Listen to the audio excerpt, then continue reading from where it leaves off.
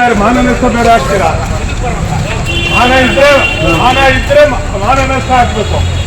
ನೀನು ಮಾನ ಇಲ್ಲದೆ ಇರೋಂಥನು ತಹಸೀಲ್ದಾರ್ ಉಂಡಿ ಹೊಡೆಯಕ್ಕೆ ಬಂದಿದ್ದನು. ಮತ್ತೆ ಮಾನ ಇದ್ರೆ ಮಾಡಬೇಕು.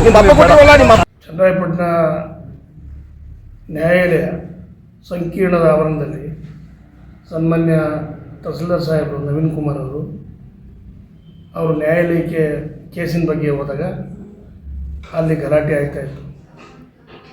ಅವ್ರನ್ನ ಅವ್ಯಾಚವಾಗಿ ಕೆಟ್ಟ ಶಬ್ದಗಳಿಂದ ಗುರುಸಿಂದ ಮಹೇಶನವರು ಬಾಯಿಗೆ ಬಂದಂಗೆ ಹೋದಾಗ ನಾವು ಅವ್ರನ್ನ ಪ್ರಶ್ನೆ ಮಾಡಿದ್ವು.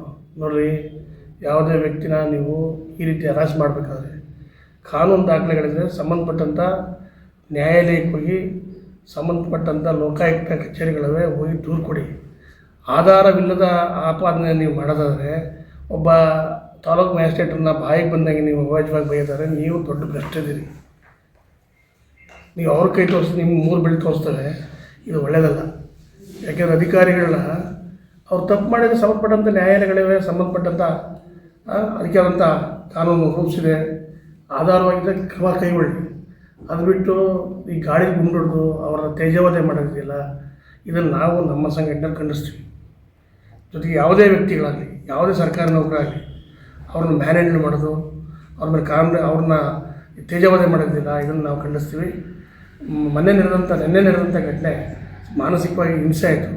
ಹಾಗಾಗಿ ಇಂಥ ಘಟನೆಗಳು ನಡೀಬಾರ್ದು. ಅವರು ತಹಸೀಲ್ದಾರ್ ಅವರು ಯಾರ ಹಣ ಕೇಳಿದರೆ ಅಥವಾ ಯಾರ ಮೋಸ ಮಾಡಿದರೆ ಆ ದಾಖಲೆಗಳಿದ್ದರೆ ಅದನ್ನು ಬಿಡುಗಡೆ ಮಾಡಲಿ. ಜೊತೆಗೆ ಸಂಬಂಧಪಟ್ಟಂಥ ನ್ಯಾಯಾಲಯಕ್ಕೆ ಹೋಗಿ ದೂರನ್ನ ದಾಖಲು ಮಾಡಿ ಅವ್ರ ಮೇಲೆ ಕಾನೂನು ರೀತಿ ಕ್ರಮ ಕೈಗೊಳ್ಳಿ. ಇದಕ್ಕೆ ಸ್ವತಂತ್ರರು ಎಲ್ಲರೂ ಕಾನೂನಲ್ಲಿ ಅವಕಾಶ ಮಾಡಿಕೊಟ್ಟಿದೆ. ಅದು ಬಿಟ್ಟು ವ್ಯಕ್ತಿಗತವಾಗಿ ತೇಜವಧೆ ಮಾಡೋದಿದೆಯಲ್ಲ, ಇದನ್ನು ನಾವು ಖಂಡಿಸ್ತೀವಿ. ಜೊತೆಗೆ ಅದು ಎಲ್ಲ ದೃಶ್ಯ ಮಾಧ್ಯಮಗಳಲ್ಲಿ ಹರಿಬಿಟ್ಟಿರೋದ್ರಿಂದ ಇದು ಮಾನಸಿಕವಾಗಿ ನೋವಾಗುತ್ತೆ. ಅವರು ಮನುಷ್ಯರೇ. ಯಾಕೆಂದರೆ ಅವರು ಮಾಡ್ತಕ್ಕಂಥ ಕೆಲವು ಗುಲ್ಸಿನ್ ಮಹೇಶ್ ಅವ್ರ ಮೇಲೆ ಯಾರು ಈ ರೀತಿ ಮಾಡಿದರೆ ಅವರು ಮಾನಸಿಕವಾಗಿ ನೋವಾಯ್ತಿಲ್ವಾ? ಒಬ್ಬ ವ್ಯಕ್ತಿ ಸಾಫ್ಟಾಗಿ ಅವರು ಕೇಳ್ತಾ ಇಲ್ಲ ಅಂತಂದಾಗೆ ಅವ್ರನ್ನ ಅಟ್ಟಾಡಿಸ್ಕೊಂಡು ಹೋಗ್ತಾರೆ. ಅವ್ರ ಕಾರನೇ ಬುಟ್ಟಿಯಲ್ಲಿ ಜೀವ ಭಯದಿಂದ ಅವರು ಆಟೋ ಮಾಡ್ಕೊಂಡು ಹೋಗ್ತಾರೆ ಅಂತಂದಾಗ ಇದು ಎಂಥ ವ್ಯವಸ್ಥೆ ಇದು? ಇದನ್ನು ನಾವು ಖಂಡಿಸ್ತೀವಿ. ನಿನ್ನೆ ನಮ್ಮ ವೈಯಕ್ತಿಕ ಕೆಲಸದ ಮೇಲೆ ನಾವು ಕೋರ್ಟ್ ಆವರಣದಕ್ಕೆ ಹೋಗಿದ್ದಾಗ ಏನು ನಮ್ಮ ತಾಲೂಕಿನಲ್ಲಿ ಕಾರ್ಯನಿರ್ವಹಿಸಿರ್ತಕ್ಕಂಥ ನವೀನ್ ಸರ್ ಹಾಗೂ ಗುಲ್ಸಿಂದ ಮಹೇಶ್ ಮತ್ತು ಅವ್ರ ತಂಡದವರಿಂದ ಅವ್ರ ಮೇಲೆ ಒಂದು ಅವಾಚ್ಯ ಶಬ್ದಗಳಿಂದ ನಿಂದಿಸ್ತಾ ಇರ್ತಾರೆ. ಆಗ ನಾವು ಅದನ್ನು ಪ್ರಶ್ನೆ ಮಾಡಿ ನಾವು ಕೂಡ ಅಲ್ಲಿಗೆ ಪ್ರತ್ಯಕ್ಷದರ್ಶಿ, ನಾವು ಅದನ್ನು ನೋಡಿರ್ತಕ್ಕಂಥವ್ರು ಆ ಘಟನೆಯನ್ನು.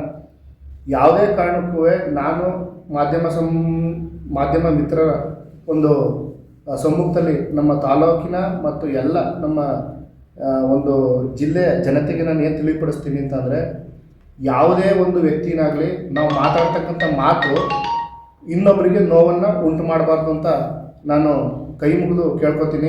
ಕ್ಲಾಸ್ 1 ಆಫೀಸರ್ ಅಧಿಕಾರಿನ ಅಮ್ಮ, ಹೆಂಡತಿ, ಅಪ್ಪ ಈ ಪದಗಳನ್ನ ಬಳಸಿ ಮಾತಾಡಿರ್ತಕ್ಕಂಥದ್ದು ಖಂಡನೀಯ ಅಂತಕ್ಕಂಥ ಮಾತನ್ನು ಹೇಳ್ತಾ ಚನ್ನರಾಯಪಟ್ಟಣ ಸಿವಿಲ್ ಕೋರ್ಟ್ನಲ್ಲಿ ಒಂದು ನಮ್ಮ ಚನ್ನರಾಯಪಟ್ಟಣದಲ್ಲಿ ಕಾರ್ಯನಿರ್ವಹಿಸಿದಂತಹ ನಮ್ಮ ನವೀನ್ ಸರ್ ಮೇಲೆ ಏನು ಹಲ್ಲೆ ಮಾಡಲಿಕ್ಕೆ ನಿನ್ನೆ ಕೋರ್ಟ್ ಆವರಣದಲ್ಲಿ ಪ್ರಯತ್ನ ಆಗಿದೆ.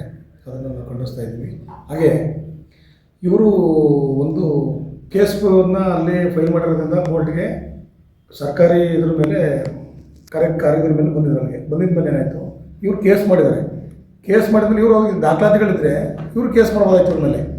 ಏನು ಇಲ್ದಾನೆ ನೆನ್ನೆ ದಿವಸ ಇವ್ರು ಬಂದಂಥ ಸಂದರ್ಭದಲ್ಲಿ ಅದು ಎಲ್ಲಿ ಕೋರ್ಟ್ ಆವರಣದಲ್ಲಿ ಇವ್ರ ಮೇಲೆ ಹಲ್ಲೆ ಮಾಡಲಿಕ್ಕೆ ಇದು ಮಾಡಿ ಅವಾಚ್ಯ ಶಬ್ದಗಳಿಂದ ಬೈದಿರೋದು ಇದನ್ನು ಮಾಡ್ಕೊಂಡು ವಿಡಿಯೋ ಮಾಡ್ಕೊಂಡು ಅದನ್ನು ಸಾಮಾಜಿಕ ಜಾಲತಾಣದಲ್ಲಿ ಅರಿವಿಟ್ಟು ಅದನ್ನು ಖುಷಿ ಪಡ್ತಕ್ಕಂಥದ್ದು ಇದೆಯಲ್ಲ, ಅದನ್ನು ನಾವು ಖಂಡಿಸ್ತೀವಿ. ಬೇರೆ ಸರ್ಕಾರಿ ನೌಕರು ನಮ್ಮ ತಾಲೂಕಲ್ಲಿ ಒಂದು ಕೆಲಸವನ್ನು ನಿರ್ವಹಿಸಲಿಕ್ಕೆ ಭಾರಿ ಹೆದರಿಕೆಯಿಂದ ಇದು ಮಾಡ್ತಾಯಿದ್ದಾರೆ. ಹಾಗೆ ಇವತ್ತು ಪೊಲೀಸ್ ಇಲಾಖೆಯೂ ಕೂಡ ಆದಷ್ಟು ಬೇಗ ವಿರುದ್ಧ ಕ್ರಮ ಕೈಗೊಂಡು ಏನೇನು ಕಾನೂನಲ್ಲಿ